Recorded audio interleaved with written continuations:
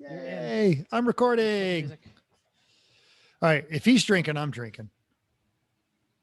Good plan. We're not going to stop you unless you open a fresh bottle of tequila. Then we say, No, I've got to get at least halfway through the show before I start doing that. Otherwise, it goes sideways really It went quickly. sideways anyway. That was a hard day. I don't apologize. All right, are we all prepared? Yes. Beverages asunder? I don't know what asunder means. I mean, I know what it means. I just don't think I used the right word. I don't think so either. No, not even close. we're going to judge. It's not the first or last time. No. Oh, welcome to Everyone Racers, a show designed for the world of low-dollar racing and oddball culture. It doesn't matter what kind of Lemma Champ or Lucky Track Dog League you run, SCCA or NASA, we won't discriminate, as long as you drive it hard and built it yourself. Join us each week for tech discussion, tips, tricks, news and notes in the world of amateur endurance racing, and whether it's on the spot, hella sweet, or we're lucky enough and Chrissy gives us just the tip, we are sure you'll giggle a little and learn even less. Everyone report to the paddock. This is Chris. This is Chrissy. I'm Jeff. Turn the music off. Thank you. It's going down. It's fading. It's called a fade. I'm mental. And this is Everyone Racers. Thank you for coming back and listening to a Satan's Kitten episode of our podcast. It's episode 191. VF-191 is a U.S. Navy fighter squadron that fought in World War II, Korea, and Vietnam. They were known as the Satan's Kittens. If you're not driving, grab your E1R bingo card. Get this. Jeff updated the bingo card. That's right. Which means I need to open a bingo card so we can see what we got. All right, let's move right along because we've got a lot to talk about today. What you working on, Jeff? It was another week with a bachelor dad, so I had a lot of not time to work on cars and things. But I did mow the lawn, changed the oil in the Mazda 3, and cleaned the headlights for the sale prep. I see this. And let me tell you, there is nothing more fantastic than polishing a pair of shitty headlights. I know so much. I did two layers on the on my Mazda. Well, no, hold up. Before you do that, Jeff, because you put them in the show notes, do the screen sharing. Enable screen sharing. And I'll describe it for our podcast listeners. Podcast. I don't even have it up on my thing. It started with shitty looking headlights. Ended up with clear headlights. Yeah, basically. Put green tape around it to not mar the paint. I can't even believe it that Jeff would do such a thing. Wow. Yeah. So whoever buys this car, in typical Jeff fashion, you're going to spend more money than you're going to get for it, getting it ready for someone to buy. It's a bit true. You're still not enabling quite as much. I know. I have to open it. I didn't even have it open. Oh well. Everyone gets the idea. I described it to such an incredible standard that everyone will understand. He's not wrong. Yeah. There. Does anyone care? There they are. Okay. There we go. Pre and post polish. My description was accurate. It was. There you go. Thanks. Great. Thanks. We only do that because we have a guest, and their podcast is much more visually interesting than ours. It's better in every way. Or topically interesting, We're trying to conversationally step it up. interesting. Yeah. You know. Chris, why don't you don't stop? Just keep going. Chris, while we're vamping, why don't you tell us what you were working on? I stripped out and sanded the boat in prep for repaint number 2 on 3/4 of a hull. And I did the stripping. I did some of the sanding. Chrissy will talk about how much she helped with other stuff, which is great. But for those of you who were not here for the saga that last year when we did this, I will tell you right now, do not decide that restoring old boats is a good hobby. It is not. It is a terrible hobby. Don't When you do have it. other hobbies, if that's all you have to do in life and that's all you want to do, If you're like a retired guy who doesn't want to sit around and Yeah. talk to your wife, completely. maybe a good hobby. Then get a wooden boat, like a 30s Chris Craft or something. That's great. You'll never see your wife again. But this is a 1982 Boston Whaler 17-foot Montauk. It's been in my family for 30 years, and we decided to redo it. And got most of the way through it last year, and it was a brutal, brutal job. And we did not finish it because it was July, and we wanted to, use it. So put it back together unfinished, and are now stripped it all back apart to do it properly. We were also considering suicide. So we just there was a trigger warning as soon as we sat in the boat. Sandahuela. But it is also worth mentioning to maybe some of our newer listeners that you guys got married in that boat. So it has heritage. Not really in the boat, but you arrived in the boat. It was a wonderful sunset picture as the boat arrived, and you guys were there in your wedding clothes, and then walked along the beach. It was awesome. Here, I thought the provenance was that I got it when I was 12, and that boat and I have been through a lot of adventures together, including getting married. Your greatest adventure ever. We're really trying to help you here, Chris. I don't need that. Don't lie. Is getting a boat from your family, is that essentially like a reverse inheritance? Like yes. Instead of here's a thing that's going to make your life better, here's a thing that is going to, like, you're going to have to center your life around this now. Yes. Well, I've been doing that though for the last 15 years anyway. Like, no one else uses it, no one else touches it, no one else maintains it. So finally my dad's like, all right, here's this title, just here you go. I've been there and doing the same thing right next to you for the last 13. So exactly. Just saying. Reverse inheritance is going into my daily vernacular. And your nephew will probably learn how to drive that boat. Who knows? We'll see.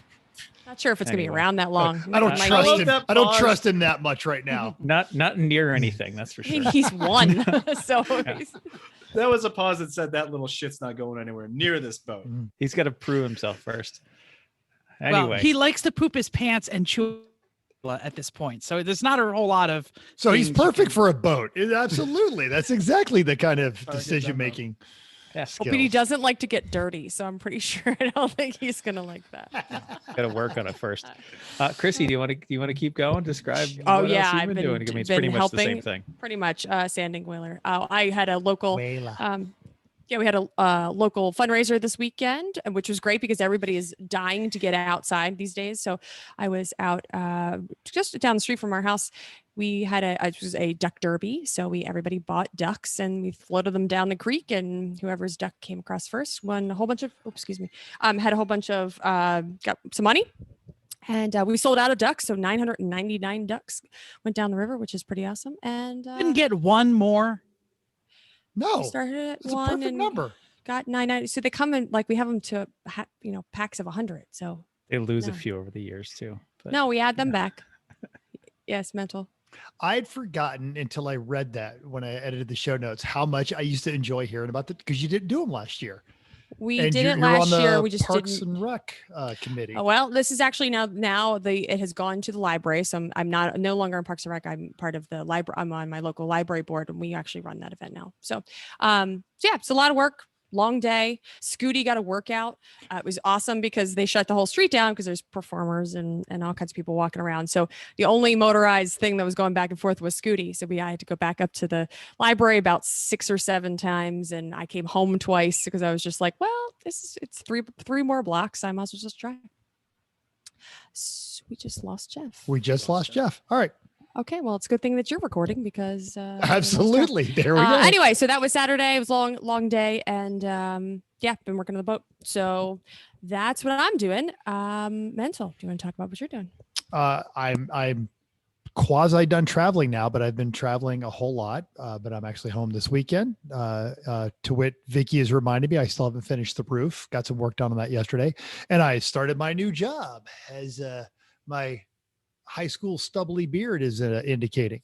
I do want to thank Uncle Dave for stepping in last week. I apologize for that last minute nature. It was just no way I was going to get everything done I needed done. So I also realized the mistake in that is that my position on the show is tenuous at best, because Dave did a great job. I appreciate that one.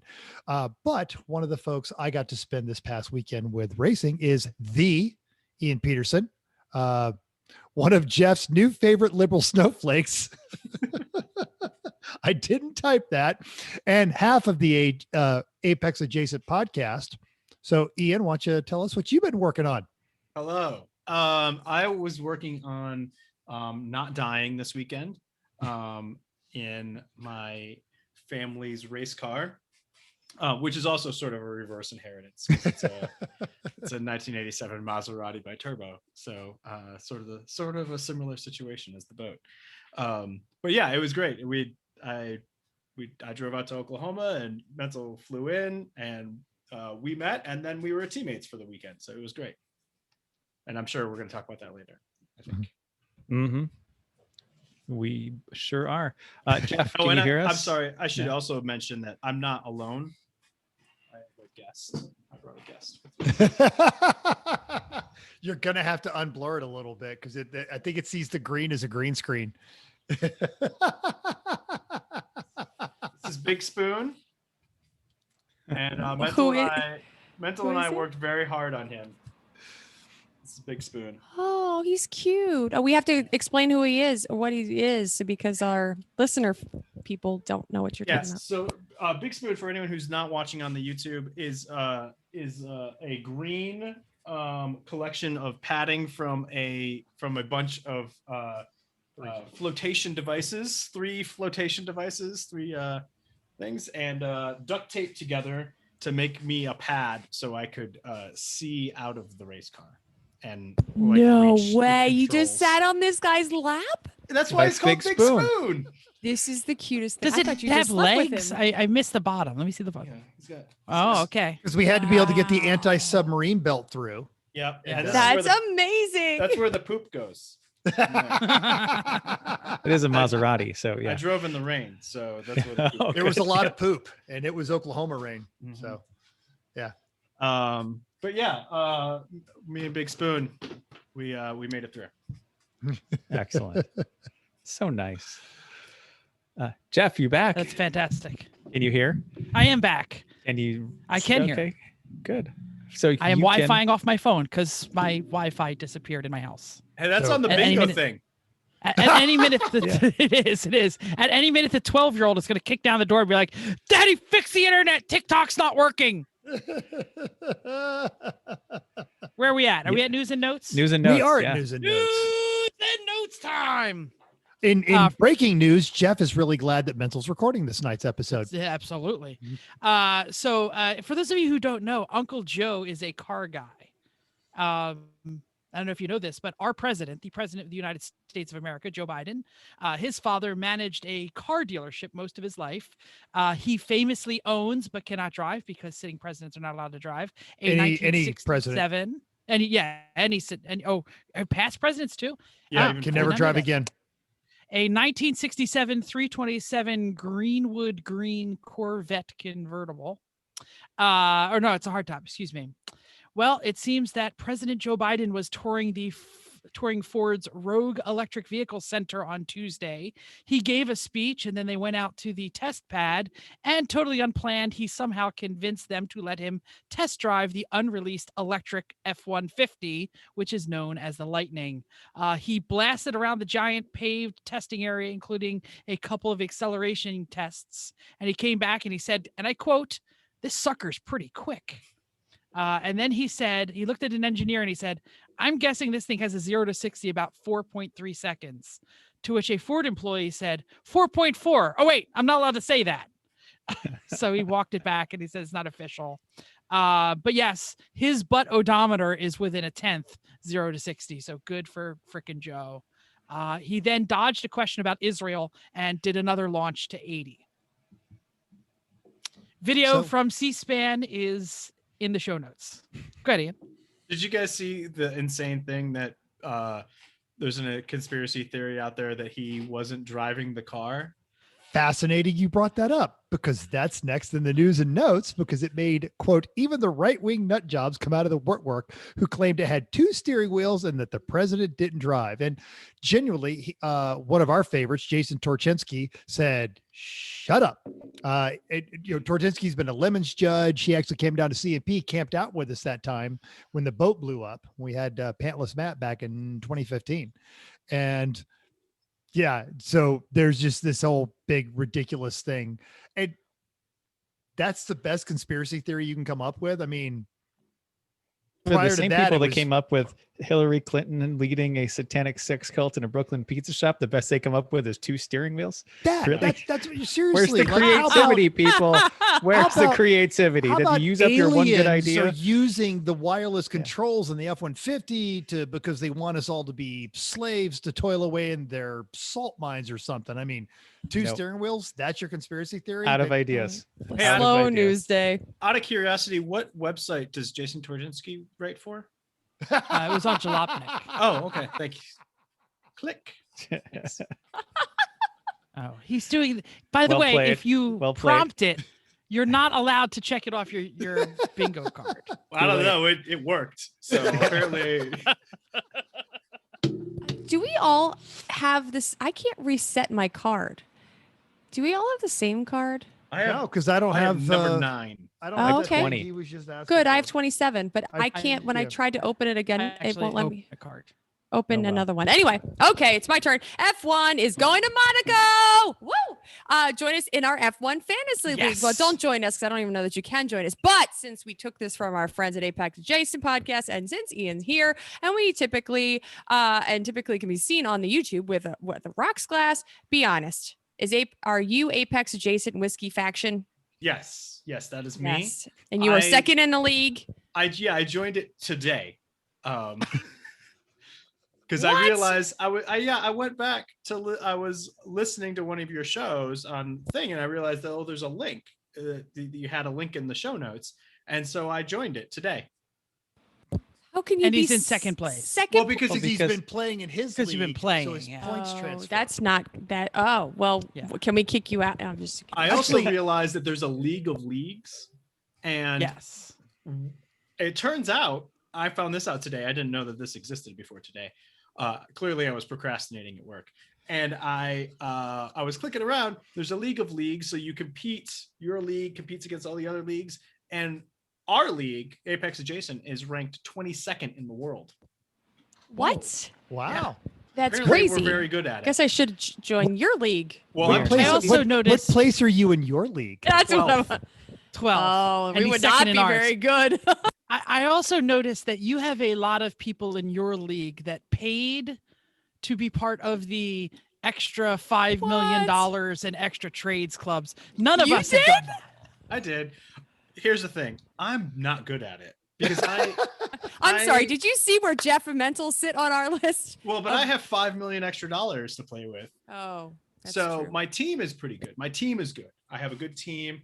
I like spread out my risk. I do the whole thing. But when it comes to predictions, I'm terrible because I go Yeah. in there, I set it, and I have great predictions. And then I go in there again and again Don't. and again, and I keep fiddling with it. till quali 3. No, Yeah. I think it's I'm Last like, I have like race- weather maps pulled up and like past performance at the track, and like I'm doing all these sorts of calculations when really I just need to be like, well, Lewis is going to win. And- Somewhere between Lewis Lewis is gonna- Bottas yeah, and Lewis. and It should who's be- going to take pole? Bottas. Yeah, go ahead. It should be mentioned. Everyone on his show already knows this, but everyone on our show, if you're not listening to Apex Adjacent, you really should. His partner, Dave, literally looks up last year's results for the same race, puts that in, and routinely beats him. Yeah. Oh, that's a Hasn't- lot easier than weather maps and stuff. hasn't never watched an entire F1 race. Oh start no! to Come finish. on. Okay. Anyway, don't forget to do your picks ASAP because Monaco's schedule is a little different with practice on Thursday. Quali's still on Saturday, so watch the race. And thanks for joining our league. I guess now we're all Happy now. to. Chris is what, in third or something, Oh well, still better than 12th. and whatever you guys are in. Yep. I actually fixed my lineup and I actually did predictions. So I suspect I'll get better. Good. It's There's not only a one way to guarantee, go. Jeff. I'll just let you know that right now. No. Only way I is mean, up. Monaco's pretty easy, right? Because it's like whoever is on pole who's going to win. Wins. Yeah. Top tip. All right. All right. Hey, a superstar racer and the only female ever to win a Trans Am TA2, Michelle Abate, announced on her Instagram that she will make her NASCAR debut this weekend at Circuit of the Americas in the number 30 Skoschenik. I don't know what that is. Toyota Tundra. Great name, people. When everyone can tell exactly what your business is when you're named, you're doing it well. A business graduate from the University of Nevada, Las Vegas, Abate started racing in college and has shown a great deal of talent and hustle. Her Instagram is worth a follow if you're into that kind of thing. Looking forward to seeing a race from her this weekend. But yay, women in motorsports. Also new on the bingo card. Women in motorsports. Oh, excellent. Oh, not on mine, but fine. No, No. I don't have it. Yeah. No. It's good to have choices, though. Yeah. That's right. Upcoming races. Champ Car is running their Sahlins Champ Yard Dog at the Glen. That's a hard one to say. Champ Yard Dog at the Glen. At, of course, Watkins Glen this weekend. There will be 96 cars. 33 of them will be BMWs. Boring. 23 Miatas, 7 Hondas, 8 Porsches, and a 71 Opel GT. Hell yeah. That's great. That's What fantastic. kind of motor's in an Opel GT? Hey, I know it's an Opel, Opel, but 1.9 like liter 1.8. 4-cylinder. Yeah, 1.9 It's not usually. it's not like a Japanese Isuzu and everything. No, No, it was it's an an old actual school German. Opel. German. People Good. swap all kinds of junk into those things. Yeah. Yeah, This one's not just actually the done rims. up like they call it the bread van. It's done up like the Ferrari 250 GT bread van. Nice. Oh, that definitely has a swap of some sort, and I don't remember which one it is though. Mhm. I think it might be a Ford 2.3 or something like that. I think you're right. Yeah. I actually, I as you say that, was- it's coming back to me. I was at a Fogey car show recently with the Boy Scouts. We were working the parking lot, and someone had a Manta. Wait, you And I went, Manta. And everyone around me was like, what is this guy doing? That is Probably that's a said that cool car. anyway. see the connotation of working the parking lot. It really I- depends on the group I you're in. thought the same When it's thing. when it's the Boy Scouts, you know, different than it Community could be. service. Somebody had to help them park the cars. Oh. Never mind. That's Isn't going in the but notes. Isn't work in the Jeff- parking lot at Boy Scout events how you got community service in the first Yes. place? That's how the judge gave it to me. You got to quit working the parking lot, the Boy Scouts. Yeah. I'm hanging up now because I'm not. Gonna All right, folks. Also, don't forget this weekend is the Concours de Le Mans this Saturday, in conjunction with the Amelia Island Concours. If you don't live in Florida or you're not down that area, you absolutely should watch that on the 24 Hours of Lemons Instagram. Donnie the will only be way to glad that watch you it? mentioned the right state. Is that the only way to watch it? Or you could go in person. Okay, I just wasn't sure. Yeah, if it's there not was going to be other like a places live that- broadcast, but I imagine they'll post up the results or some of the more interesting cars. Cool. Okay, this weekend is also the first of 3 Lucky Dog Carolina Cup events. The Southern Dog Delight is Saturday and Sunday at Carolina Motorsports Park. Good luck to all the racers. Don't forget, this is one of 3 Southern races for Lucky Dog, with a race to follow at Charlotte next, and then a CMP back in August. Do we know anybody who's running that? I just figured we would know somebody. I neglected to email their race director, so I don't have an entry list. That's But fine. I would. We I don't would be usually get one anyway. Stunned if we don't. Well, they got a new one, and she actually sent us the first 2 races Oh. ahead of time. Because Kathy's busy doing Kathy stuff, That's And, as she should. and so their new kind of manager is she's really good. I just failed to email her. As should I. Recent results. Champ Car was at Hallett in Oklahoma this weekend. Saturday Oklahoma. was Oklahoma. Saturday was an 8-hour race. This is you, Ian. Sorry, we That's set you, you up. Ian. It's Brown. Hey, oh, it's Brown. First, I was like, yep. so first was the number 998 Wheels America Racing in a Miata. Second was Looney Tunes Racing, 5 laps back, and an 89 Mustang that was stupid fast. And third was Night Fury Racing in their Celica. They were 2 laps back from them. And then we, Dead Pedal Racing, we were in a Maserati by Turbo because we're dumb. And we were 9th overall and 2nd in D class behind that Fox Body Mustang. 9th overall is pretty 9th good. overall is awesome. I think it's, And we were off track for about 30 minutes. Yeah. And we'll talk about that in a bit. So Sunday, the rain came and the whole story changed. Siamo Tutore Piloti absolutely dominated in their 94 Miata. They were 6 laps ahead of us. We were 2nd overall, 1st in class, and 3rd was Texas Thunder, 3 laps behind us in another Miata. And yes, they're wearing those. I would I have a congratulate them. Siamo 2D Yeah. Pelote. I Well- thought you were about to do a shoey in our honor, is what I thought was about to happen. I was about to get really excited. I would Yeah. have congratulate them at the end of the race. He just doesn't want they Diet did great. Fago in his shoe. Yeah, Yeah. exactly. But all 3 of them very Italian. I like Peter Griffin Family Guy Boppity boopity. Italian. Yeah. Yeah, exactly. Yeah. Bobbity Boopy, you drove a good race. He's a good race with you. Yeah. That's a spice and Miata. Yeah. They were good guys and they earned it. It was well done. All right, listener feedback time. Dan Gilla, the Gilla Monster, wrote in and sent a bunch of screenshots where he was paging through the conversation he was having with us on our social media, telling us like 2 years ago that we should move to swapping coolers and what his setup looked like. And it looks exactly like the setup that we just built that Chris swears he stole from Hamsa. And now Dan's No, like, Hamsa but that didn't was have me. that I idea." told y'all. I said, look, you just have to know if you're talking to us in our social media, it's not Chris. Chris is not on any of our social media. He knows nothing. So probably Mental had the conversation and yeah, we didn't know it. But anyway, he said, that was my idea. It's everybody's idea. We're okay. I never claimed it was my idea. I knew I heard it somewhere. Oh, Ian, go ahead. Sorry. I forgot No, about the please. hand raising protocol. No, it's okay. I'm only used to interrupting one person, so this is a whole new thing. I have been laying awake at night since I got back from Oklahoma thinking about my shirt cooler thing, whatever idea, which is to take like you can get custom silicon ice molds. And so to make it almost like a tall boy shape of ice.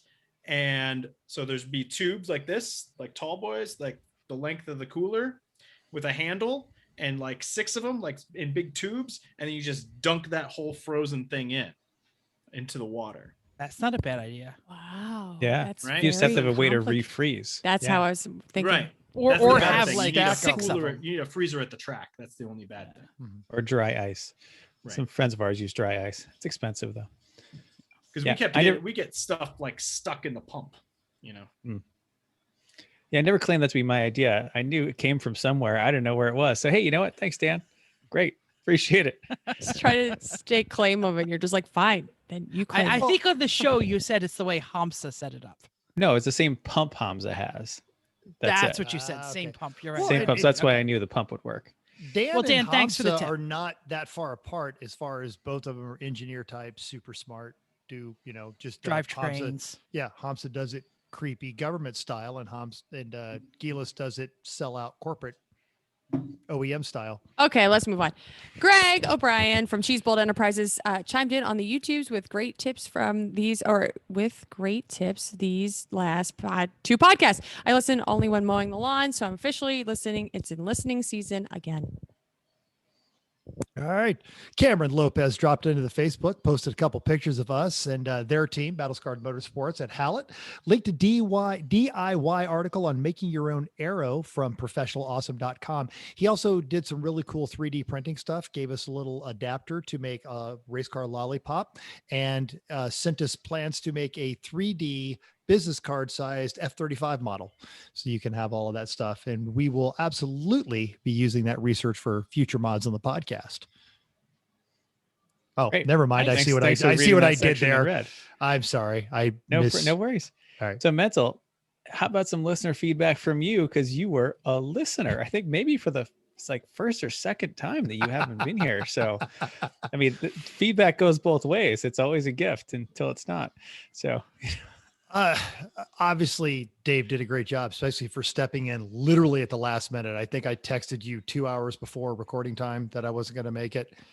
And he's so smart as always, Like always usual. funny. Yeah. Everything that Dave everyone steps up loves and does about things properly. Yeah, everything everyone loves about Uncle Dave at the racetrack. He did the same thing on the podcast.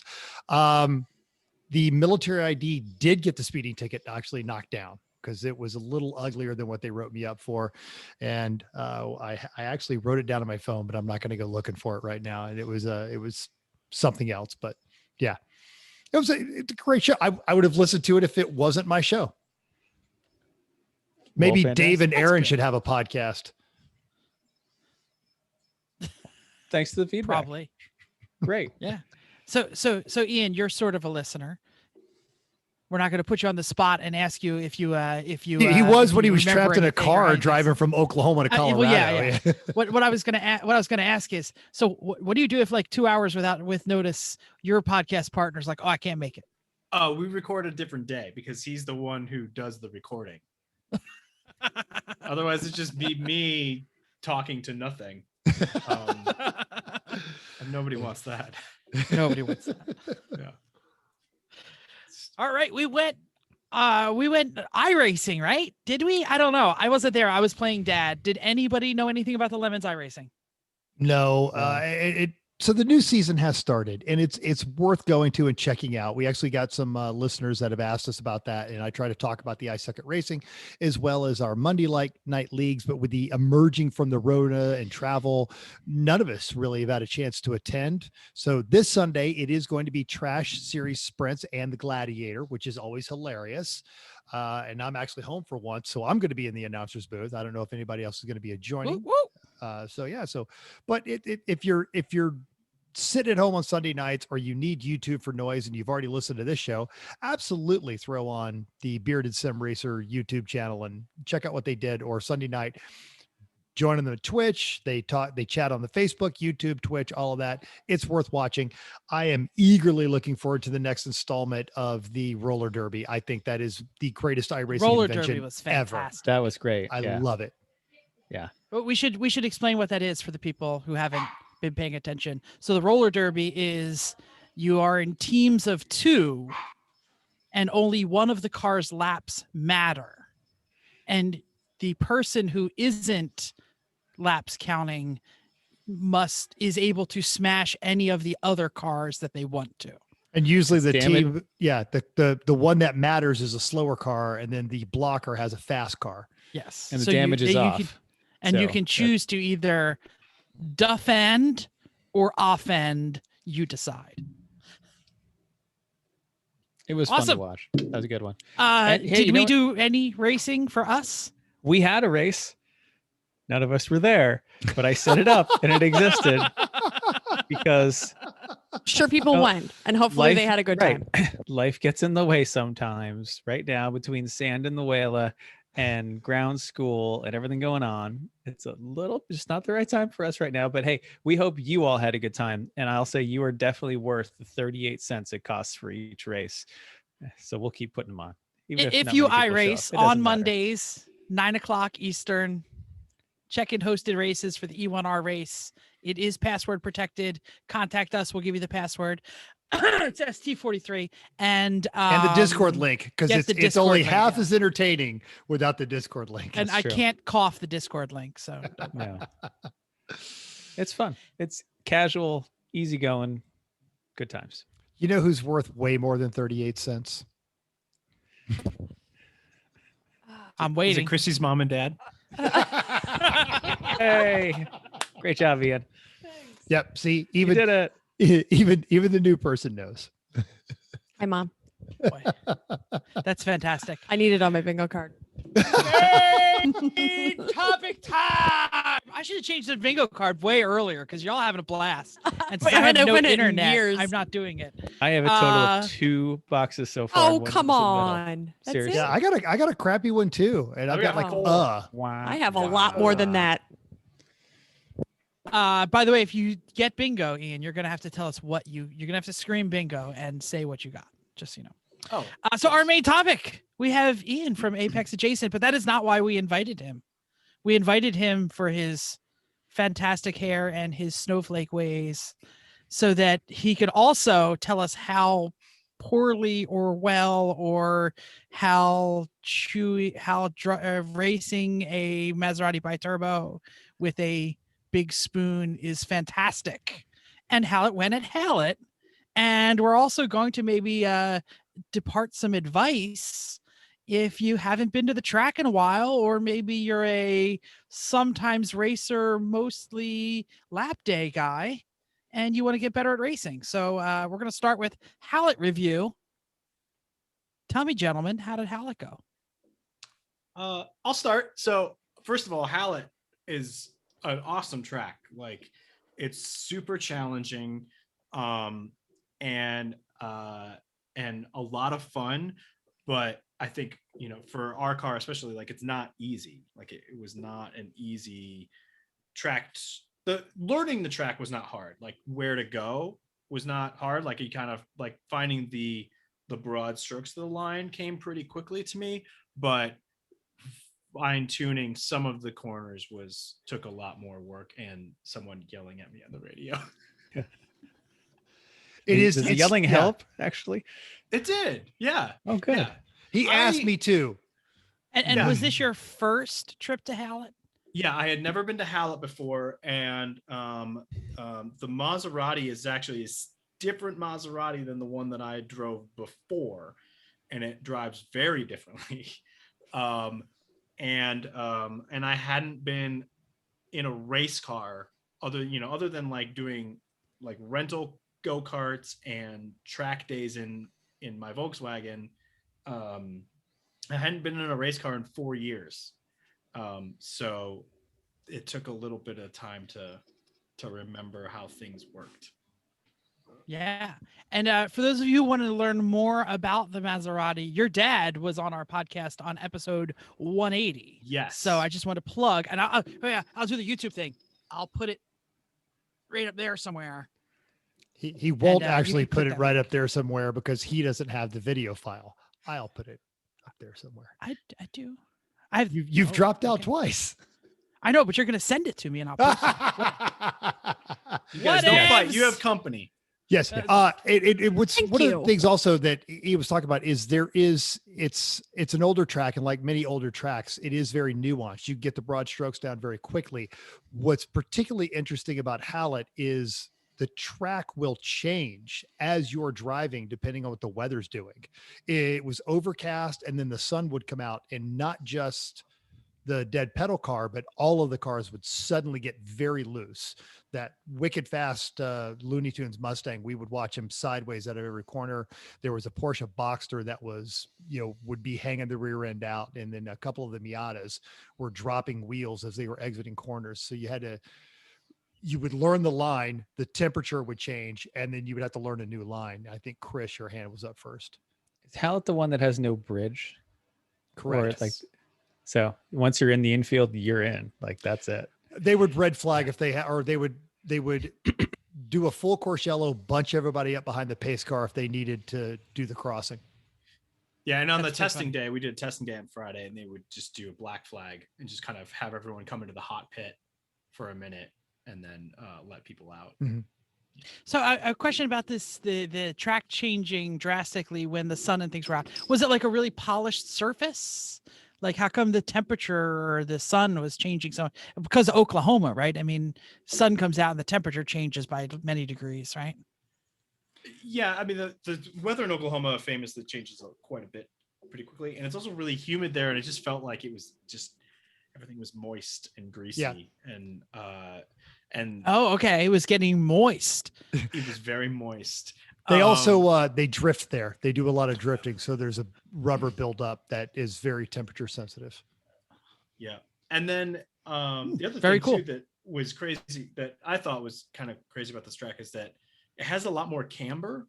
All of the corners have some sort of camber, and more than any other track that I've been to. Like, lots of off camber, like suck you into the grass type corners.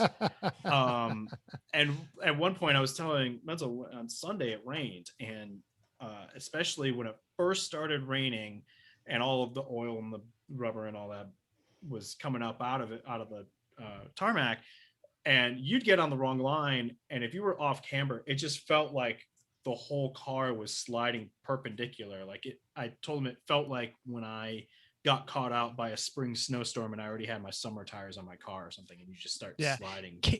Camber is way bigger of a deal in a race car than it is in a regular street car. Like, and really I learned this, and I know we're going to get to the advice section a little bit, but the track walk, feeling where the camber is and knowing what the camber is so important. And that rubber layer Ian, too. Yeah. Ian didn't get to do the track walk. He was still driving in. It reminds me, you had mentioned last week that you thought the track was flat, and this is absolutely not. There's probably 750 feet of elevation changes Yeah. On this track. Ooh. It's in the hills. It's a beautiful place to watch, actually. That rubber layer especially can be Nice. So, treacherous when it gets hot. But Mhm. like I've seen, for example, Lime Rock, when you cross the rubber layer in the left-hander, you go from traction to no traction at all to traction again.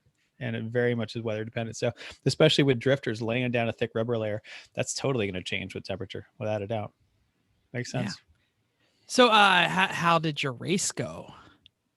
I think the race went really well, actually. I mean, we had a weird issue on Saturday with an electrical problem that we were. Wait! An Italian car with an electrical problem? Yeah, Clutch my pearls. I know, right? And it turned out there was a lot of debate about whether it was like a bad battery, a bad alternator, or some of they were now running a Hallett ECU and coils on it. And so there was some debate about like whether those were faulty or there was a ground wire or something. And we spent 15 minutes in the pit in the paddock changing the alternator. And in the course of changing the alternator, we realized that the wire to the voltage regulator inside the alternator itself was hanging on by like a tiny little thread of wire. So we were getting inconsistent voltage to the ECU and everything else. So it was going all bonkers. That'll do it. Yeah. Mm-hmm. We also broke a hood pin. Oh, that was fun. Was that Saturday? We broke on a Saturday when your dad was out because we right. saw the hood kind of listing did what? at full throttle. So that was a rapid application of zip ties and duct tape. Yep. And then it broke again when I was out. The zip tie, that solution failed somehow. I don't know how that could have failed. That broke when I was out, and I got the meatball flag. That was fun. And we actually had the Flagtronics thing in the car, which was cool. Ooh. What'd you think? Yeah. Go ahead. What did you think about the Flagtronics? I thought it was great. We didn't have local. There was no local. It was so it was like global flags, and then That's a like, full course yellow. right, full course yellow or full course black flag or checkered and green and all that. But then we did have car specific black flags and meatball flags. Mm-hmm. Yeah. So I got the orange globe on my dash, which was fun. The Sunday, I think they figured it out because Sunday, not during my first stint, but my second stint, they were doing the regional yellows, and it was interesting. It worked out.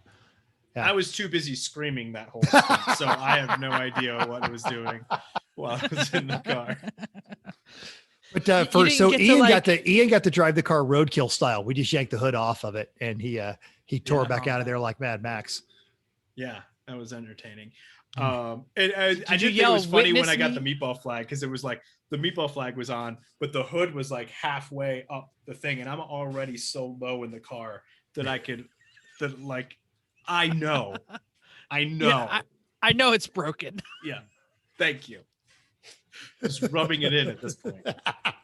It's like the passing flag in sim racing. Like, I know they're there. Mhm. Thanks. If you want us to jump into Sunday, or are we just going to proceed? Because Sunday, the mist started to return, and we think there might be a heat soak issue with some of the electronics. So we were literally just cycling the power on the straightaway and fired it back up as we would come into a corner. Yeah, that was wow. Yeah, that stint on Sunday, man. So they handed the car. So I got in the car. I was the third driver on Sunday. It was a 7-hour race. I think we were like kind of more down on we were second in class. I think, yeah. And if you take the EC cars out, we were top 3. Well, when I got in the car, were we at that point? Yeah, because is it your uncle Craig? Yeah, Craig. Yeah, crushed it.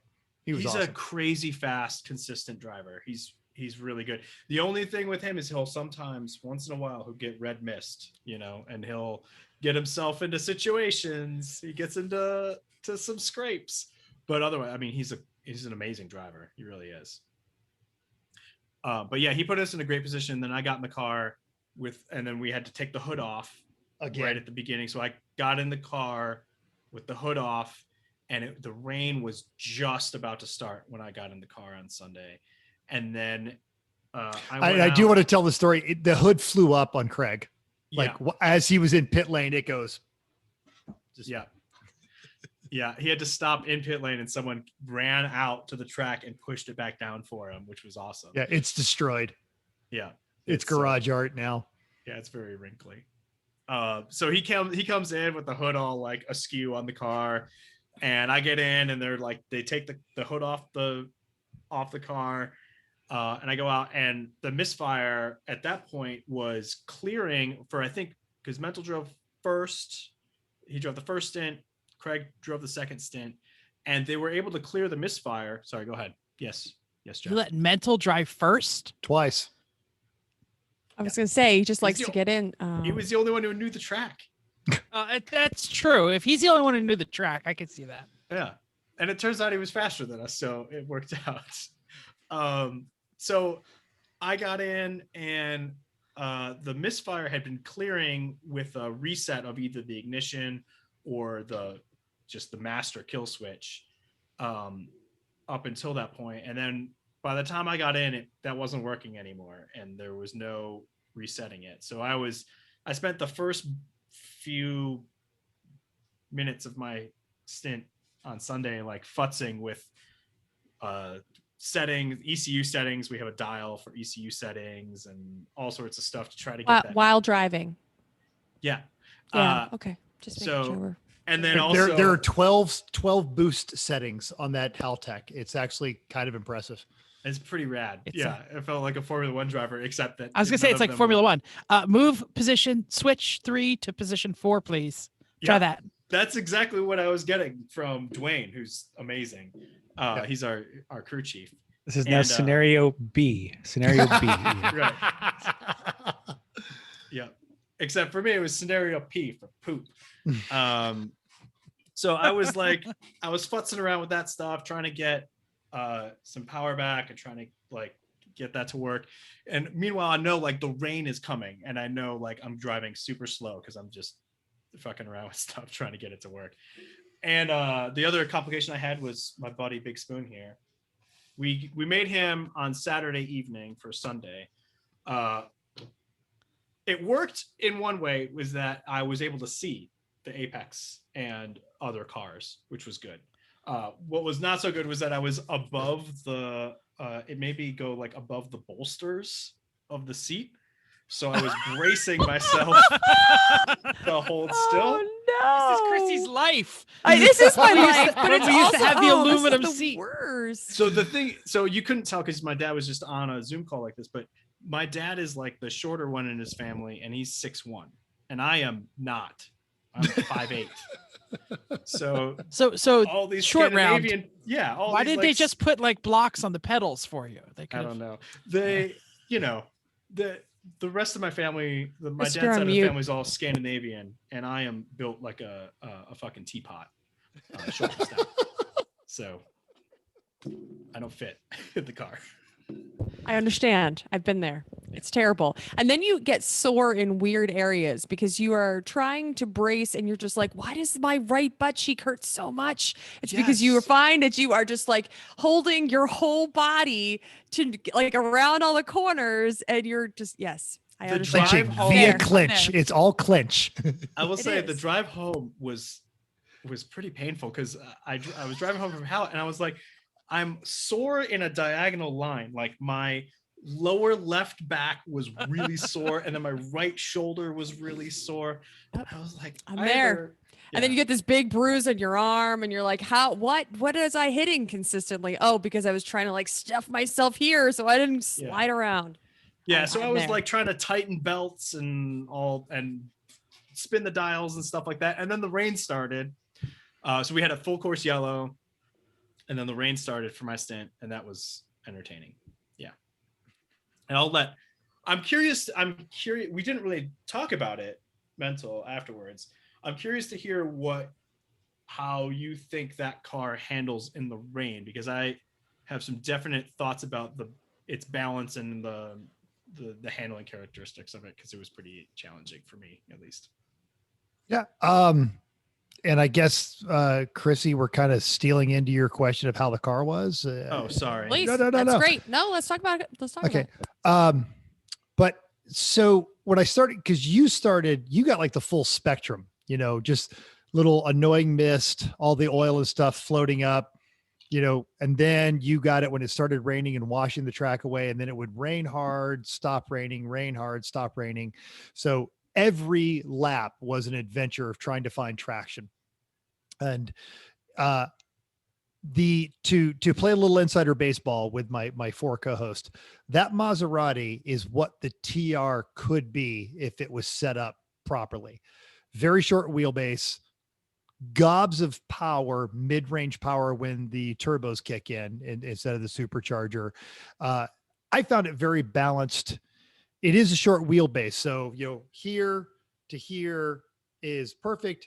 To here is you're out of control. So you have to have nuanced pedal inputs, but once you kind of got that balance, I loved it. It was very consistent. And any sort of forced induction, mid-range forced induction is extremely addictive, especially when you're in traffic, because all you have to do is get that boost right where you want it and you pass everyone. It's an override switch. Loved it.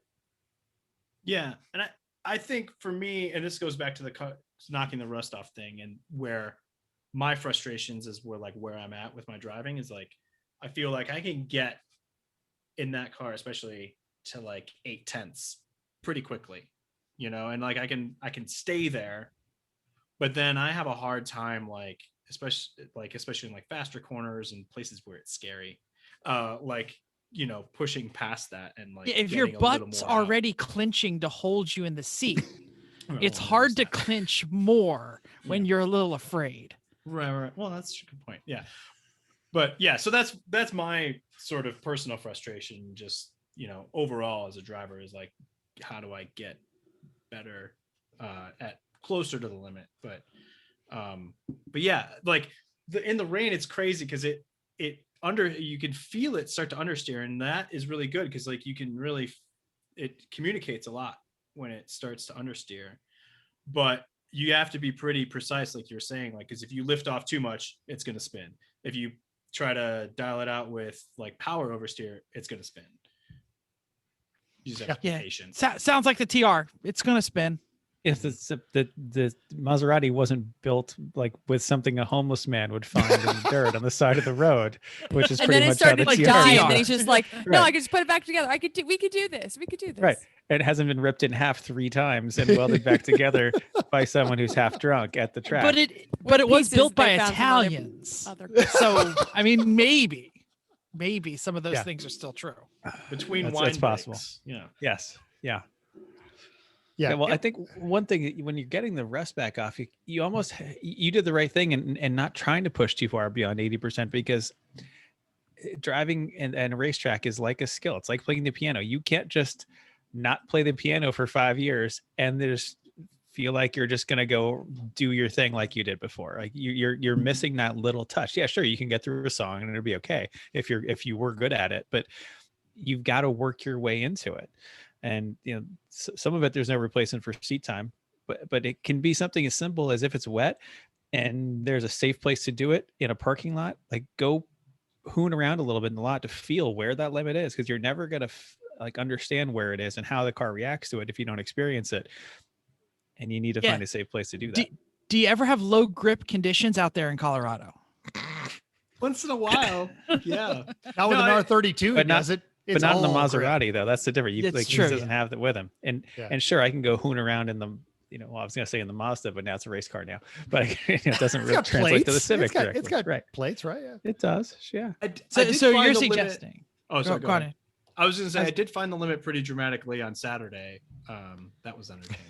Yeah, but it's a lot better to find it in a safe way when it's not, oh my God. And then you're not excited to be alive afterwards. You don't need the poop hole for those kind of things. that was kind of how it was going. Is we started with turn 1 and we worked on some corrections through turn 1. Turn 2, he actually had down pretty rock solid. Turn 3 was it's very dependent on your exit of turn 2. Turn 4, he was turning a little early. We really got that set up, and I think that's what led to the poop moment, because now he's coming out of turn 4 a lot faster, and then that enters into turn 5. And the call I got was, "Wow, so that was a spin. I'm just going to take these next couple of laps, to myself, if that's all right. Just, kind of settle my brain a little." And Smart. so I stopped Been there. talking for a couple of laps. Not on a spin, on like well, that was too close for comfort. I think I'll take a lap off and wiggle my fingers a little. Or when you proclaim to be Senna, and then one lap later you cut the grass all That never the bothered me. way I was out never bothered there. by that. It did Okay. not scare me one bit. It was at 1 mile an hour. I'm in the grass. I did also miss a few corners on Saturday and did some lawn mowing. That didn't bother me at all. As long I was like, "Is the car okay? All right, cool." But yeah, my spin on Saturday was pretty entertaining. So turns 4 and 5 are like linked at Hallett, and 4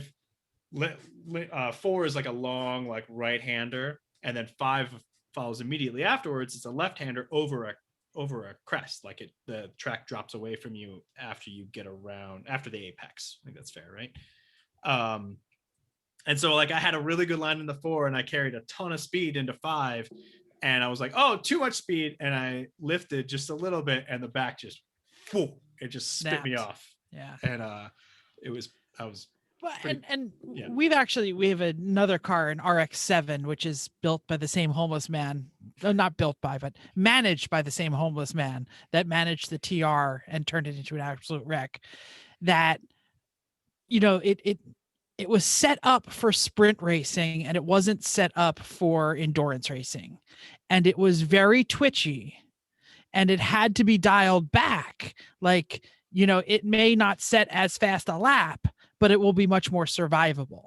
right. So, like they're, and I'm going to point to Mental here because he's driven our cars. Was the Maserati too knife edged No, for endurance racing? No.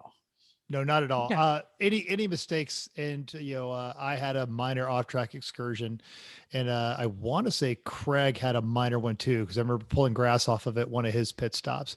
Those were all self-induced. The car itself is actually just, it's very highly intelligent people just literally tried to solve every equation. If Chris built a Maserati, this is what it would look like. Actually, if Chris built a It was pretty Maserati, sexy looking. if Chris built a Maserati and then turned the engine management over to his buddy who's given him the Corvette, this is Like what Hamza. I will say that Yeah. props to my family and Dwayne, especially like the Yeah. like the development of this car over the last 4, 5, 10 years, whatever it's been, has been amazing. Because the first time I drove it, it was not like this. Like there was a ton of especially under braking, it was terrifying. It would at Road America was the first time I drove it, and coming into turn 1 at Road America, you'd hit the brakes and it would just go places, just wherever. That's only a little terrifying because you're going very fast after. You have to slow down after going very fast. Yes. Yeah, it's like 120 miles an hour at into turn 1 at Road America, and it would just wander very quickly all over the place, and then it would have these weird handling characteristics where you would have like a super sharp turn in, and then understeer, and then crazy oversteer on the exit. So it was just a little bit of everything in every corner. And now it's like Mental said, it's super predictable, and all the mistakes were, problem existed between keyboard and chair. Yeah. And the Dwayne, the crew chief, actually forced everyone to go through. He had several different settings that he wanted you to work through on Friday during the practice to get everybody used to it, to the power delivery. And so he, in addition to managing the car, he was managing the drivers very well. Yeah, absolutely. So I know it's down there. Does anybody want to ask about the team? I was just doing that, but I was on mute. Sorry. Tell us more about the team. Like, we know there's the guy who's really fast. We know there's you guys. There's Dwayne, managed everybody. What's the whole layout of the team like? So the heart of the team right now is really Dwayne. So one funny story is my dad and his brother are kind of the history of the ownership of the cars is runs through them, and they have been kind of the sole like founding members of the team throughout this whole thing. It's my dad's car, and Craig has been a team member since it started, and he knows his way around that car. He knows like his obscure little knowledge about every little part about that car.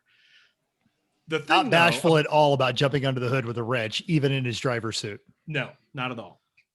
Don't wrench in the suit. That's The just thing messes though your suit up. about brothers being on a racing team. Oh, is I'm that- on a racing team with my brother. I'm about to fucking agree. And he's listening right now on YouTube. I can see you, Jim. I can see you. Go on. I'm sorry. No, it's good. Is that, it's good to have a third person who's not related to you to tell you what to do, because if it's left to the two brothers to tell everyone else what to do, they're going to disagree, and then they're going to shout contradictory information at you. When's the last time I don't Jim and have that Jeff problem. No. yelled No. contradictory information? I No. can't even remember. No, in Literally fact, it's great. The first race I did with them, Dwayne was not in the picture yet, and our average pit stop was like 14 minutes because the car That's not a way to win. No, the car would stop, and then my dad and my uncle would start shouting instructions to the crew as the car was coming to a stop. And they didn't agree because, of course, they didn't. They're brothers, and they don't ever agree.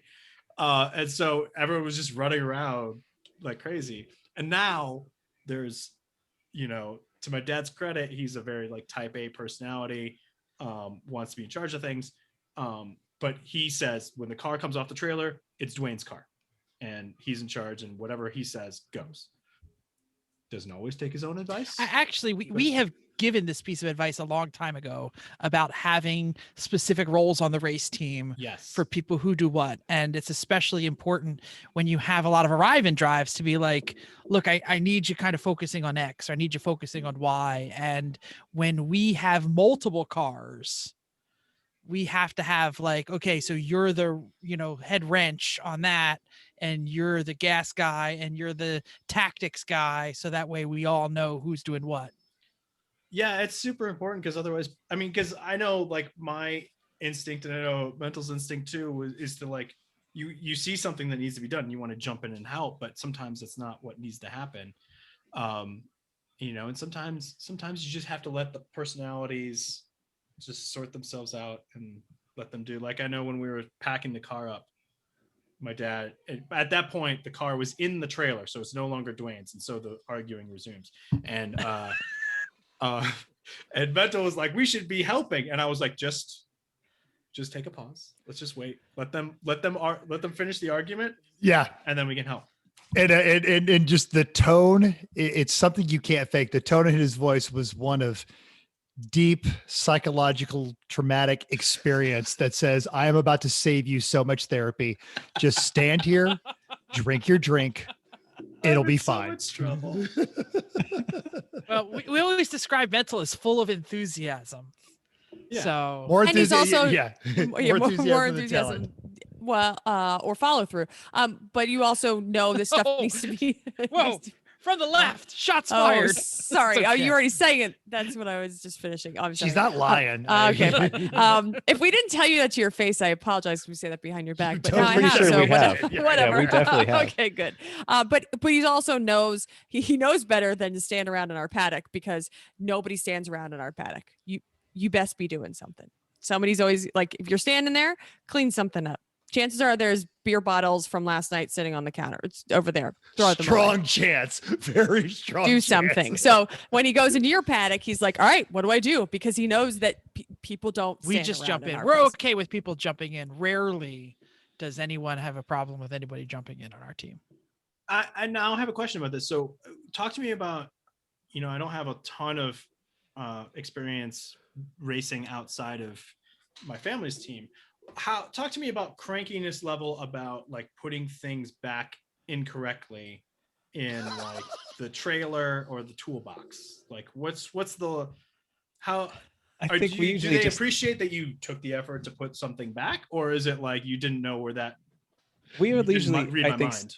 yeah, I think a lot of times if you're not sure where it came from, put it like on the workbench or like in the door of the trailer, but don't try to put it in the final place unless you know that's where it came from. Like unless you pulled it from there. Especially if Because sometimes we commingle, so we'll put a whole bunch of things Frequently. and somebody will say like this doesn't look like your wrench, and I'll be like, no, that's it. So you just keep a whole pile of it until you figure out where it goes, and then There is somebody else will usually put it a away. designated place where this goes here if you don't know where it goes. But Chrissy's On the floor. favorite, it goes to floor. Chrissy's favorite phrase is, "What are you looking for?" Because can't she stand people packs. rummaging. She can't stand people. I rummaging. can't stand rummaging, kid. I'll tell you what, because you're wasting time by just looking through every drawer. Just ask me what you're looking for. I know. Sorry, not sorry. That's how it goes. Ian, a let me rummager. say, Rummager. I appreciate anyone that puts the tools back in the general area, but I am a mess. I mean, look at my, you can't see my desk from here, but it's a total mess. Do you say that you have But- Wakeman problems? But no, I'm not saying Wakeman problems. But what I'm saying that is, box got checked the 3 times Yeah. he's dropped out of this feed, I think. yeah, that's true. But I want to put my tools away so that I know that they all got into my box. Okay. So like all of my things are labeled so I know if there's a wrench missing or a socket missing. So I would never yell at someone for putting my tools away, but I would go back and rearrange just like I do when my wife loads the dishwasher. So you're passive aggressive about it, is what you're saying. Not passive aggressive. I'm just like, I have to go look. I have to go look. It's all Yeah. good. I will say, so this is the pitfall of doing a team with your family. It's like I got scolded this weekend for putting wire cutters back in the drawer that was labeled pliers, snips, and cutters Oh. instead of the drawer that was labeled wire cutters. Oh no. No. No. I let's have some court here. Order in the court. Please raise your hand if you think Ian was right. I think it's a very reasonable thing to do. Yeah. It was the first one I saw that said the word cutters on it, so I was like, okay, this is where they go. The drawer that I have is actually labeled that as and it says pliers and stuff. So it would have been right. Yeah, it's not like it's Hamps's pit where it's labeled anal probes and sunshine sticks. I mean, those boxes really, he does have sunshine sticks. They're not labeled that, but that's awesome. But he does have boxes full of stuff that don't make sense. So there's that too. All right, what's next? I man. lost track. What question didn't we get to yet? Are we ready to go to rust removal, or are there more questions about the trip? I think I we're do on think- rush removal. I think Chrissy should just for everyone to have a good takeaway her basics there. Oh, well, Wait, I'm going to. we're not there yet. Removal. Oh, never mind. Sorry. Intro All to right, us. so Ian, we heard that you were looking for tips, and we thought about 2 different ways of giving you tips because we don't really know a ton, but what we do know is this How to this do weird it thing. wrong. We know how to do it wrong. We know how to do it wrong. We know endurance racing, and we know like it's a different thing than a lot of the things that you've done. Because you're we're gonna probably start here, but you said you hadn't been on track for a very long time. It was a new Maserati, and it was a new track for you. So we love to help new people get better. So we took a flyer without really knowing what your concerns were, and we wrote some tips and tricks. So, but why don't you first tell us? You told us about some of the concerns, so I'll review. New car, new track. Rain was definitely a concern, and maybe some handling characteristics. So, what was your mindset going in? Give us the baseline. Yeah, so going in, it had been 4 years since I've been in the race car, so that was number one. So like getting like the gear all set, and I had to like refresh my helmet and all that sort of stuff. So I got all that done, and then getting there, like I said, the car was totally different from the last time I drove it. So going into the car, I was really nervous about it because it's definitely different handling characteristic even now than what I'm used to. But like before, it was very like pointy, which is kind of intimidating when you're just like not when you're a novice driver. Like I've done a half dozen maybe endurance races and then track days, and that's it. Like I've never had any like instruction of any sort. So just sort of learning as I go. And so it was like I was just nervous, so And you definitely don't want to wad up your father's like fantastic car no, because not only would I feel guilty, but then I would have to hear about it at every Christmas and rest of my Thanksgiving. Oh, life. not for even every eternity. day. Yeah, Oh, like I say, if he often. yelled at you about wire cutters, you're just going to get a random text, a picture of a wrecked race car. It's just Yeah. sadness, just like sad emojis over and over again.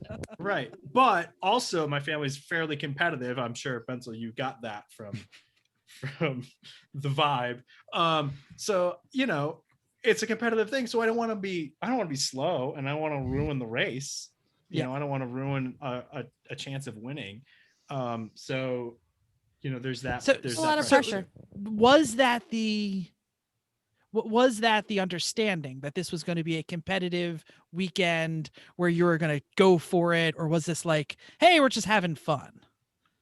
No. Fun. Competitive weekend. Competitive. Yes. Yes. Next,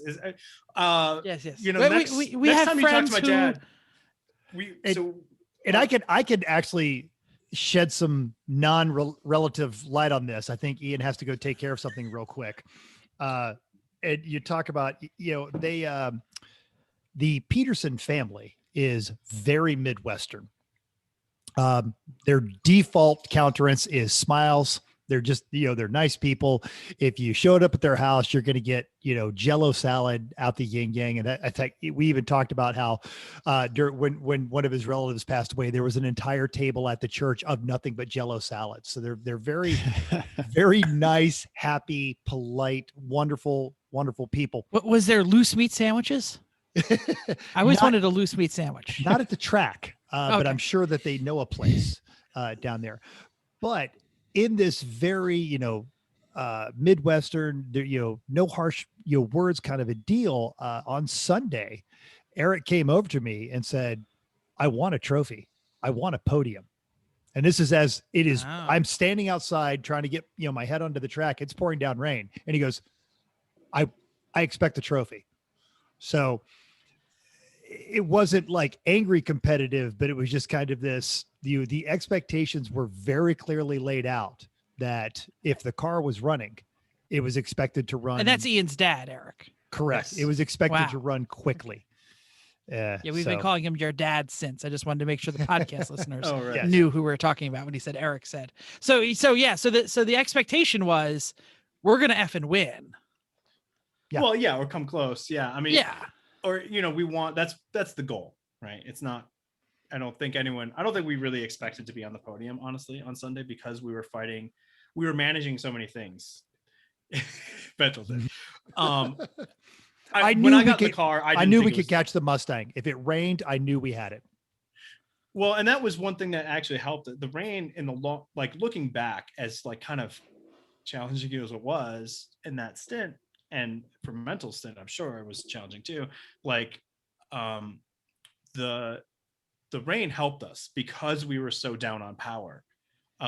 If it had stayed dry, there's no way we would have gotten a podium. There's no way, because the other thing was that the other teams, I was like, it was interesting to watch.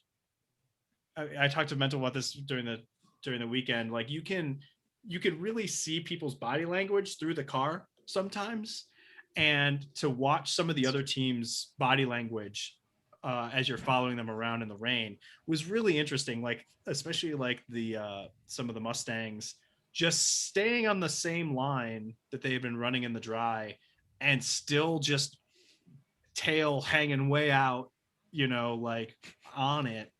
It was crazy.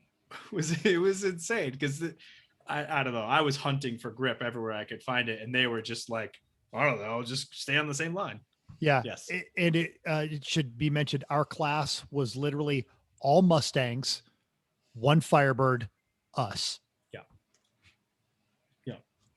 Yeah, and then there was like an EC Mustang. Like, I don't know if you know this, but the rain started during a full course yellow when I was in the car, and I was behind this very, very cheaty like 2005 Mustang that showed up at the track, and the flag went green on the last corner, and he dropped it like immediately, just spun it right off the track as soon as the green flag dropped right in front of me. And I was just like, oh my God, I'm going to die. Because they were so much faster than us. He did what Mustangs do. Yeah. So don't worry about them. I'm going to open the floor to whoever has some tips and tricks for someone trying to knock the rust off. I said kind of this before, but it's true. Don't try to set the world on fire your first time out. Don't try to prove you haven't lost anything. No one in the team is going to appreciate when you spin the car off or break something because you're trying to be a hero. Everyone's going to appreciate that it comes back in one piece and you're doing reasonable lap time. So build up gradually, stick to that 80%. If you find time you can push a little bit, great, do it. And something you were just talking about, I think was a great point, is you said you could start to see people's attitudes through their cars, which is so true. Spend some of that time driving at 80%, learning who's out there this weekend. Who do I have to worry about? Who is fine? Who I'm just going to go by and not think about? Who just has their head up their ass? And that will help you in the rest of the weekend to stay out of trouble. So that's a great way to go. Yeah, no, that's a great point, because there was definitely a list that I had going in my head of like, if I see them in my mirror, it's just an immediate point by and lift, because like I just don't want to even get deal that with you. Asshole out of my way. Please just go away. Especially winners and the people that you know are just going to be more aggressive. They want to get around you as fast as you want them to be around you. So there's the fast cars, and then the people that think they are the fast cars. That's and the second group is much more dangerous than the first. The first ones that go by you that you don't even like know they're there, and all of a sudden, oh, okay, and then they are, and the other ones are the problem. Yeah, Mental, you're on mute. You're on mute if you wanted to say something. Because they planned that pass 2 turns ago. They knew exactly where they were going to get around you. Oh yeah. Actually, that was one of my pieces of advice, and I'm going to jump on it since Metal brought it up. Knowing that you're a track day guy and have done a lot more track day recently, in a lot of track day, I think the mentality is catch up to the person, then plan your pass if it's a slower person. Because they're going to point you by, duh. And I think that's a tactical mindset that does not work in endurance racing. In endurance racing, you have to be much more cognizant of planning passes at different parts of the track for different people. So once you know that you're going to be able to pass that Miata, you also have to know that, but they were good at that turn and bad at that turn. Yeah. So looking at the also in track day, you look at the track, you race the track, you look at your apexes and your exits and your entrances, and you're constantly thinking, how do I do this turn as best as possible? That's sometimes not the right thing to do in endurance racing. It's catch that person leaving this turn instead of entering this turn, because I know I will leave better than him. So I can let off now so that I pass him where he's weak. Then you also need to add in the more horsepower cars and faster corner cars, right? So if you're going to go through a corner, you need to know that if my next car that I want to pass, there's a short straight and they're a Mustang or they're a full, a car that can go get ahead of you down the straight, you're going to have a harder time getting around them in a corner because, just depending on what kind of cars around you too. Yeah. It's a lot more chessy. It's a lot more multiple moves. Chessy. Yes, like chess, Chrissy. I'm sorry. It's A word that you made up. Yeah. Yes, mental. I'm going to call on people now. Usually we Excellent. just point. Yeah. So yeah, Chris put this in there, and I don't know if he was going to get to it in a bit, but he says work up to speed, not down. And then we put in there, don't begin by focusing on your lap times, because it's not a healthy measure. If you can, not so much an obsession with your time, but being able to do the same times, because that makes you predictable and that helps with strategy. Getting up to speed, learning the track, learning the car, but going from Friday when we were doing the practice session, and then by Sunday, even in the weather, you were faster in the wet on Sunday than you were Friday in the dry. What do you think was your biggest gain? I mean, mostly confidence, honestly, and knowing the track. Like just knowing where the track went. I don't think I was faster. I don't think my lap times were faster. I think I think once I was looking back at them, I looked at they published the lap times, and after the rain started, I think my best time was like a 2:07. Pouring rain doesn't count. Drizzle, yeah. Right. Yeah. Yeah. So, but I mean, I would say, like, as a relation to the rest of the team, for sure, I was definitely closer to everybody when I was in the wet than, because I think my best time in the wet was a 2:07, which is I think like a second or two off of what you were. And then I think in the dry, I was like 6 or 7 seconds off, something like that. You got into But the that was the day 137s. prior. Yeah. Well, you'd gotten in the 137s on Sunday in the dry early in your stint. Right. Before it started sputtering. And that was about 5 seconds off what your uncle and I were running. Yeah. So, I mean, I'm still, those 5 seconds are frustrating for sure. But I feel like, but I feel good about it. But also, like, you shouldn't feel bad about that. There's plenty of times where I'm like, I'm doing that, and I've been driving consistently for 10 years. And so I feel like there's plenty of tracks or days, and I don't know. I don't worry. Like what Mantle just said, like, don't worry about the track times, especially if you're trying to figure out how to go. All right. So I'm going to jump in because Mantle skipped over me. So I'll go. So here's some back to basics that I think are a good thing to, they're actually something that I do every time I get in the race car. So actually I had not been in a race car for a good, not almost a year, but I mean, I hadn't been in since August and got back in April. So, a good long time, but every time you get in, it's just like all the things you said that you do when you get in. So you have to say like, oh, this is how my helmet fits. And, oh, here's how my suit fits. Like, I think all of us had suit problems when we got in our suits. Anyway, they're like, oh, my quads are a little bigger than they were before. Anyway, so COVID gut. Right. Something like that. So what I'm trying to say is when you get in the car, you have to remember all the things that you used to remember. So one of my favorite things is make a mantra. So if you are doing a corner well, one of my mantras, especially at Pittsburgh, was modulating the gas. I used to sing a little song about modulating the gas. Instead of braking in corners as you don't need to, I just sang a song about modulating the gas instead. So things to remind yourself of what you're supposed to do. Eyes up is one of my biggest things. I will go around for, even especially like at a testing day, I'll go around for the first time and I'll realize I'm looking at each apex, I'm looking at the track. I'm trying to figure out where the marbles are. I'm looking down and all of a sudden I'm just like, oh, I should be looking around at cars, corners, flag stations, right? You just have to remember that is one of those things that is very important, but sometimes it takes a couple laps before you remember that that's what you're supposed to be doing. Yeah. Figuring out where the bumpers of the cars are and making sure that you're looking through traffic and brake lights and there's just a lot that you should be looking around and reminding yourself that you're supposed to be doing those things. Turbo power. Yep. Turbo power. We do that too. I just want to mention that Chrissy's not the only one with mantras. I also sing songs. This is not a weird thing.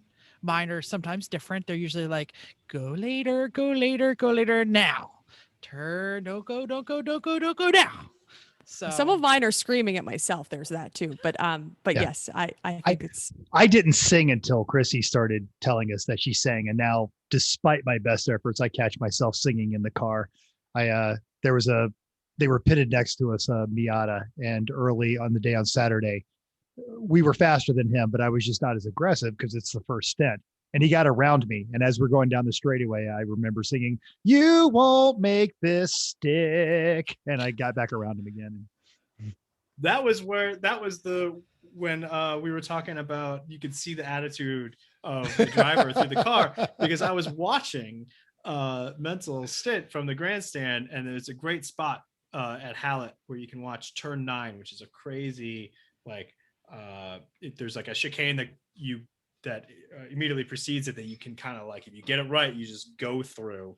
It's blind, and you just like mat it through there, and then use the chicane as your braking point, and then you go up the hill out of 9. Off camber, uphill, right hand turn. It's fun. And I could see there was him and that Miata like dicing for like half a lap before that, and you can see half the track from where I was sitting. And there was a 240 in front of them that was having all sorts of adventures off the track. And they had another adventure right at turn 9, right in front of where I was sitting. And you could see the two cars, it was Mental and the Miata, you know, as the 240 was off having its adventure, the Miata was like, my chance, and like pounced, right? And Mental was just like, I'm going to sit this one out. Like, you could just see it happen, and, you know, just from the body language of the car. And then the 240 comes back on the track, and because Mental had lifted, the 240 and Mental were now side by side going into the final turn that leads onto like the longest straight of the track. And the attitude of the car, of the Maserati, just completely changes, and it's just like, motherfucker, no, like, we're not doing this. You were in the grass 10 seconds ago. This is mine now. It was hilarious. Yeah. I love that. The attitude of the car is exactly what we're talking about when we're talking about who's who and who drives what and who does what. And yeah, I mean, you cannot win an endurance race in one turn, but you can sure as hell lose it. For sure. And sometimes the better part of valor is lifting and going, go ahead, you can have this one. I'll get it back. Right. Yeah. Someone else jump in with something. Mental's got dogs going. Sorry. Can I say one thing that I noticed about my own driving on Sunday? Yeah. So I realized, I was talking about like a large part of my stint was like futzing with stuff. And I was like, I need to take like a couple laps to just like head down and like concentrate on actually driving the track. And I realized that I was doing this thing where I had the important points of the track like kind of mapped out in my head, of like, I need to really concentrate on doing this thing here. Yeah, you hit that apex brake at this place. Right. That's that stuff, and around the corners. And I realized as I was like doing that, I was going through my rhythm of that I was just like driving to those places without thinking about it. And I was like not being flat in places where I could be flat, and just like losing time, even in just like corners where I was like, oh, this corner's not as important. And I wasn't like concentrating on it because I was like getting ready to think about the next one. So I don't know I need to work on that, like figuring out where I'm just like driving to a place instead of like attacking the place that I'm going to.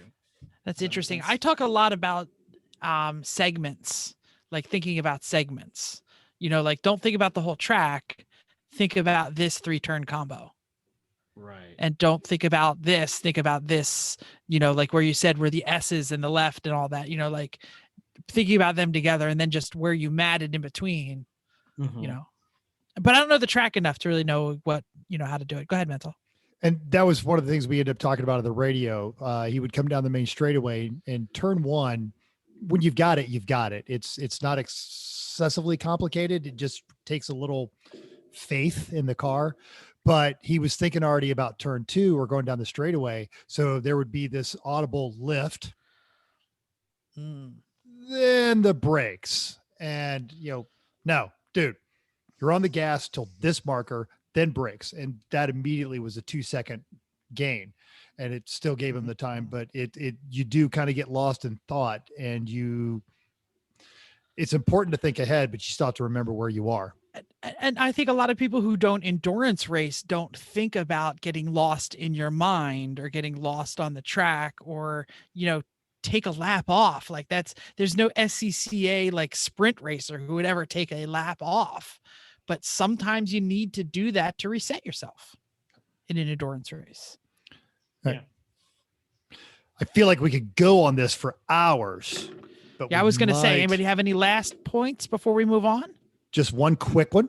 Chris was talking about, knowing, learning the teams. Even though you know the team, you may not know the car. What do they do to the car? Did they go and do some driver's training? Battle Scarred was out there with one of their Crown Vics, Chesty. And instead of having the 100 drivers that they rotate through, they brought four of their regular guys. They lost second gear on Friday. In a giant Crown Vic with no second gear, they matched our best time in the Maserati.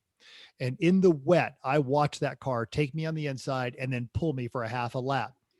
And we had kind of written them off as a great fun team, but not really wheelmen. And no, all of the folks that they brought with them were wheelmen, and they were skilled. They were good. They got that big Crown Vic around, and they were still being battle scarred, having a good time. So if you've been away for a while, you may not know everything that's going on. So be open to learning. That car was amazing to watch in the wet. Yeah, I love that. Like, it would start to slide, and then they would have it was the exact opposite of our car, where everything happens very quickly, and they would have a minute of sliding. It was hilarious. It's like, I know I'm going to crash in this turn. It's coming.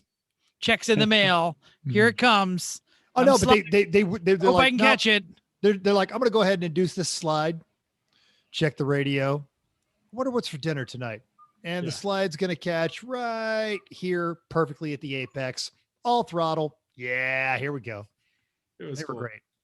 Awesome. Can I say one last thing about our team that I think was cool was that because everybody either had never been to the track before or had never been in the car before, we were all very open about sharing information.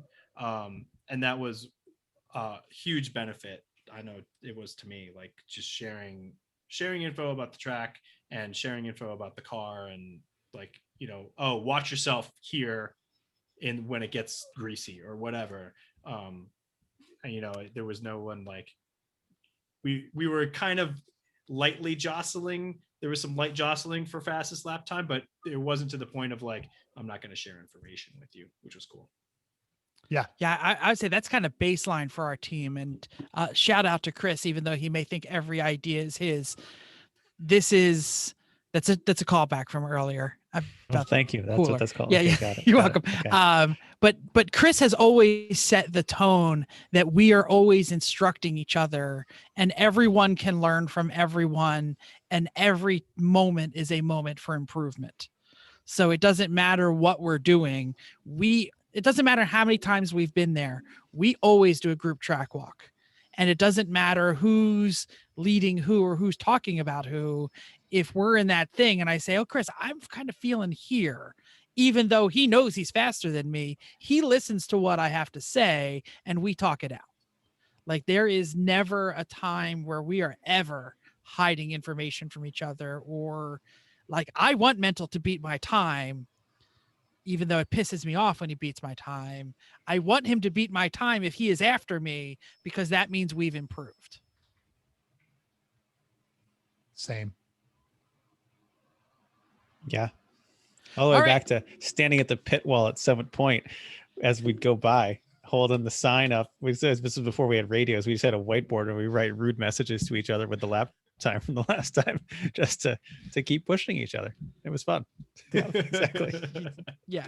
That definitely happened many times. Yeah, and we definitely don't mind. I mean, a good-natured ribbing is always possible, and I know you can go faster. That sucked. Get your ass moving. That's do not pit. Yeah, do not pit. Well, that's all. Do not pit is real. I'm saying all the other stuff is not. Is just making fun. But yeah, if you're not instructing each other as a team as you go through, you're missing an opportunity to improve everybody's time. Yeah. Awesome. Have we got everything? Anything else for the good of the order before we move on? It's time for, I'm sorry, Ian, you're not going to get just the tip from Chrissy tonight. Oh. Because we have a hella sweet or a but terrible. which, if in case you haven't listened to the show, and it's been a while, I think we've done one of these, where somebody brings up an idea that they have, and we go around the podcast, and everybody gets to say whether they are being an idiot or whether that's a pretty good idea. All right. So I am in the hot seat tonight. I have a hella sweet or but terrible. If you haven't been following along, I'm about to sell my mighty 2012 Mazda 3. Now with because clean I'm headlights. tired of it. It is 180,000 miles. Smells like that, soup. It's no, I would. Yes, it does. By the weekend, it won't. And before that, I had a Mazda Protege 5 with 225,000 miles. So it's 300,000 miles and basically the same car. And I want something faster. And I want a Veloster N, but they're impossible to find. Chris, is there anything worse than a Nissan? Is there any decision that I could be thinking about? A That would be- Mitsubishi. That's what I was No, going to say. I would not go in there. You just asked if there's anything worse. We just gave you one. What Nissan I'm are you gonna thinking about drive. getting? Any. No, I'm not. No, not all of them are terrible. No, this is where I'm going to start the fight, and it's going to I be was going to say between, Kia. it's going to be between Chris and Ian. I'm going to drive a GTI. Is this a hella sweet idea or a butt terrible idea? Around the table, am I Ian goes crazy first. for even thinking Volkswagen is a good choice? No, but it's not hella sweet or but terrible because it's a Volkswagen, so it's inherently neither of those things. And a And little both. bit boring. Oh, this is great. You're such a great salesman. I love this. Right? This is- Like it's not. It's, oh, this is And for great. those who might not listen to your podcast, what do you have? You have in I have a Volkswagen 2000 R32, it's a 2004. 4. Okay, I was going to try and think which generation it was. And Yeah. He has 04 two. He has two R32. Volkswagens. He has two I do have Volkswagens. two. I do have two Volkswagens. Yes. Doesn't your like wife or you daily drive like a wagon of some sort, a long roof for life? Yeah, we have an all-track, a Volkswagen all-track. But I'm coming down off of not a not boring car as a family car. And so I needed something boring. This is my rebound from a 2008 Saab Turbo X wagon, which was rare and fast and cool And full of broken personality. all the time. And you're Your saying that the R32 is Volkswagen not? is an improvement of broken down all the time. Oh, absolutely. It has a warranty. Yeah. It Yeah. did. It I have doesn't a- now, does it? All right, Well, so the all-track does. Oh, okay, the, okay, okay, the okay. 2004 is just that goes to the mountains in the winter to take me snowboarding and do drifty drifts, and then it goes to the track, and that's pretty much it. So you're saying drive the GTI and contemplate it. Yeah, but there's more fun options, right? I mean, you could get a Fiesta ST. You could get a. Oh, you you could get- obviously haven't been listening to this. I drove this no, I haven't driven a train here. Fiesta ST. I drove a Focus ST and I hated it. Yeah, Try, well, Fiesta's try a the different Fiesta. car. Yeah, it's a Yeah. totally different car. And there's also the Kia, I can never remember, but basically there's a Kia like competitor to the GTI. It's not as fast, but you can get it with a stick. And I drove it on a track at a press event, and it was hilarious. Like it does like lift off oversteer and the whole thing. It's the Kia, whatever, the hatchback GT is entertaining. So I just got to check. Do all of your Windows switches work in your Volkswagen? Right now, Yes. yes. It's the Kia Check engine light Rio. on. Oh, The Kia Rio hatchback. All right. I'm going to say I really want a GTI to be a good car. Like, because they're nice to drive. They look good. I just feel like I cannot trust it. And you are the biggest Volkswagen, like, joker of all. Anytime any of Oh. our friends are like, their Volkswagen's great, you're like, oh yeah, it's your window switches. How's this? How's that? Right. Realistically, you just need to not buy anything until this craziness settles down. You need to drive the Corvette all summer, which real hardship, huh? Yeah. Drive the Drove it to Corvette work all today. summer. Right. And okay, there you go. And then not like you don't have things to drive. yeah. when this ridiculousness calms down, you get what you actually want instead of compromising again. So wait, so hold on. You have a Corvette. So this is so you have a fun car. I'm assuming you have a family car. Let's my talk about wife all has the a cars. Corvette. This is the trouble. Every time there's something wrong with the Corvette is every time I'm driving and I put my foot down on the gas, over here in the passenger seat, I hear, "Don't wreck my car." And so that's We the can problem. solve that So, though by it taking sounds you to like- a track night. You don't need to buy yourself a car. You need to buy your wife a car. Just Subaru. Yeah, she's got a Subaru. Well, She's you got need to buy your wife a faster car.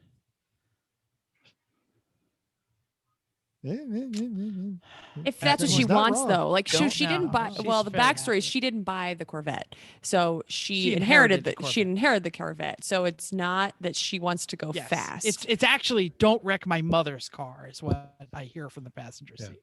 Oh, so you're driving your mother-in-law's Corvette. Got it. Pretty much, yes. I had More 130 confused than when we started. down the Atlantic City Expressway with a 27 Mustang GT. That was fantastic.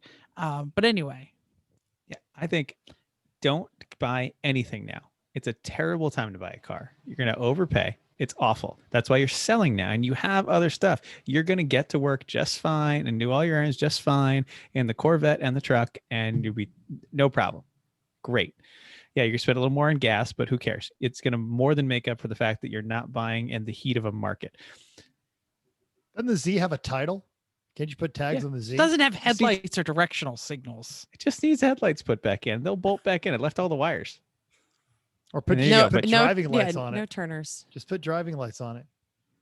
I just think don't buy anything right now. You Don't know buy what you anything. want. You know what you want. I do. Get it. I do. Get it when the time is right to get it.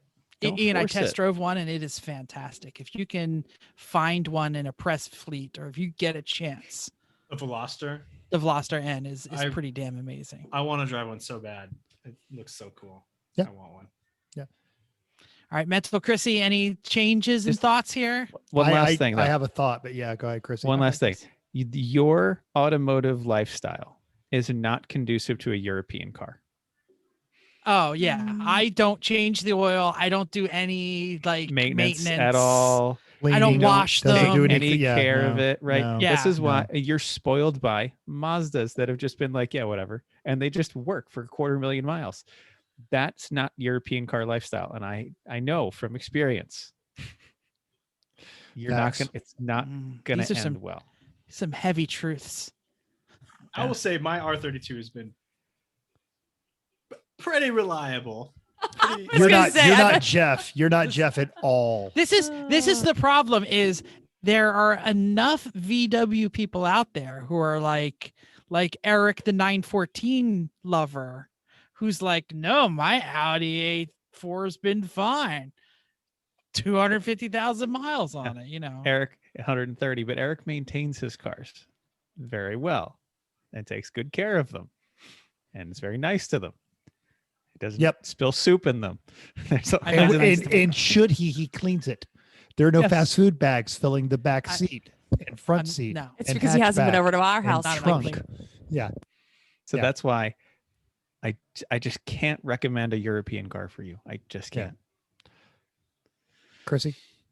I'm trying not to go along with Chris, but I am also I was in those stupid leadership classes that I attend because I have to. And today we talked about rational decision making in a general sense.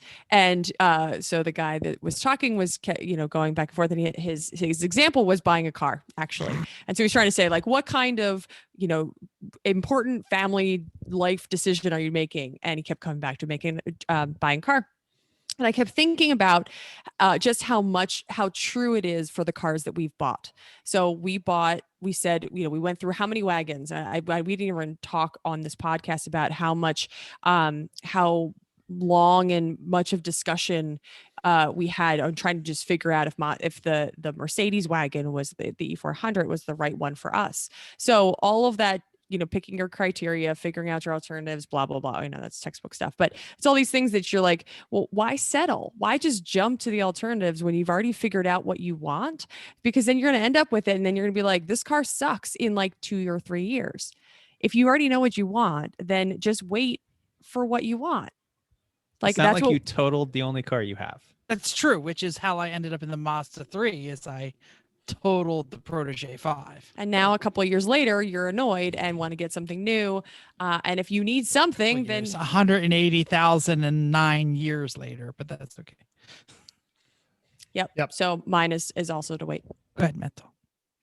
So I'm going Go ahead, Mental. to offer a difference of opinion, but I'm going to agree with everyone else. Go drive the Volkswagen. Absolutely drive it. And then also drive that Kia that Ian was talking about, and go drive that the Toyota Corolla hatchback, the sport version that they offer with a manual transmission as well. Drive all of those, because the absolute best case scenario is it firms up your belief that you want the Veloster in. Worst case is you add some different criteria. Go drive the cars. Absolutely. The GTIs are actually the ones that are made in Germany at the Wolfsburg plant. So their build quality is notably better from everything I've read on the internet. The internet would never lie. But Chris is 100% right. Even a well-built German car is not a Jeff kind of car. And you do need something Korean, Japanese that you can just neglect. I'm not convinced your next car is going to be as neglected. I think you're going to, especially if it's what you want, you're going to take care of it. So go drive For the a little car. while. Yeah, go drive the car. But everything Chris says is 100% accurate, and do not settle. That's just life advice. You are a professional. You have gone to a lot of school. You have worked hard. You have gotten promoted. You take your job very seriously. You take care of your family. You take care of your life. You deserve what you want. Get what you want. Don't settle because you don't need a car. Don't buy a car. Advice around the table. I love this. This is like a car podcast, but don't go buy something. This is a level of thank you earnestness all. that I'm This just is very uncomfortable with. But I appreciate it. Oh, speaking up, I'm glad he said something. We usually ask our guests to pimp their social medias, and how do people get a hold of you? What do you do yes. here? It's a little early for the music, Jeff, but I know. I was going. I'm sorry. Apex adjacent on all the medias, social, and we're on the YouTubes and things. And then also check out my dad's race team, Dead Pedal Racing. They're on the Facebook, and they have a website, deadpedalracing.net. So do that. Yeah, that's it. Yeah, you guys are my favorite woke snowflakes on the internet right now. Thank you. Yes, I appreciate that. We got a 1-star review saying they didn't want to listen to woke snowflakes with less car knowledge than my dog and the one that doesn't care about cars. So that's as if he had multiple dogs. One of them cares about cars. One of the dogs cares about cars, but you know less than the dog that doesn't care about because cars. all my dogs are pretty much gearheads. They like the Mercedes way better than the Volvo. Yeah. So Thanks for being on. no It was problem. awesome Thanks for- having you. Yeah, that's Thank you Yes. for having me, and I'm hoping to. This is just a way to try to parlay myself into another race seat someplace at some time. Absolutely. You want to race with these guys. They're fantastic. You'll have a great time. yeah. Well, I think we did a show. Does anybody know what we're doing next week? Does anybody have a next show promo? No, planning ahead, not our strong suit.